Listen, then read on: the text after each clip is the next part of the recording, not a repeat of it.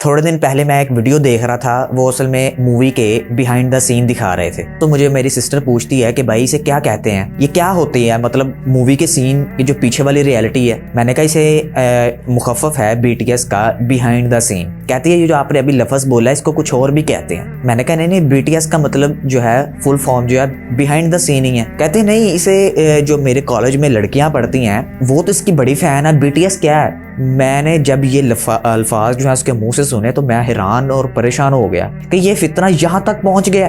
BTS की लड़कियां भी फैन है, मतलब हमारे मुसलमानों के अंदर इतना बड़ा फितना रूनमा हो गया, इतनी बड़ी कुल्हाड़ी के साथ खाओ लग गया, हमें पता ही नहीं चला। हमारी बेटियों और हमारी बहनों के दिलों के अंदर ये राज कर रहा है, हमारे माँ बाप को पता ही नहीं है। BTS के चमचों, लाना था तुम्हारी जिंदगियों के ऊपर कि कल क़यामत वाले दिन क्या मुंह दिखाओगे अल्लाह ताला को, अल्लाह के नबी को। अल्लाह ताला कुरान मजीद में क्या फरमाते हैं कि जो शख्स मुसलमानों के अंदर फहाशी फैलाने पर खुश होता है, कल क़यामत वाले दिन और दुनिया में भी और आखिरत में भी उसके लिए सख्त बड़ा दर्दनाक अज़ाब है। साउथ कोरिया का बैंड, पॉप बैंड, जो कि दुनिया का नंबर 1 बैंड है इस टाइम, पूरी दुनिया के अंदर उनकी बहुत सारी फैन फॉलोइंग है। 7 मेंबर्स का वो ग्रुप है और आज हमारी पाकिस्तानी मुसलमान लड़कियां उनके फैन होने पर बड़ा फख्र महसूस करती हैं। बात सिर्फ जी एक ही है, वो ये है कि अगर हमारा कल क़यामत वाले दिन पर ईमान होता तो हम अपनी औलादों को भी सिखाते कि कल क़यामत वाले दिन हमने दोबारा जिंदा होना है और अल्लाह ताला के सामने हाजिर होना है। क्या मुंह दिखाओगे जब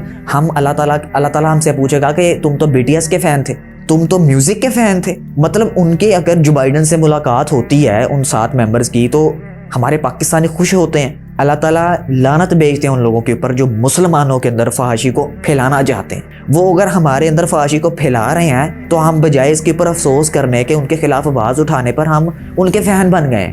ये खुद के ऊपर भी गौर करने वाली बात है और अपनी औलादों के ऊपर भी गौर करने वाली बात है कि कहीं ये फितना हमारे अंदर जो है इस कदर ना दनस जाए कि इससे निकलना मुश्किल हो जाए।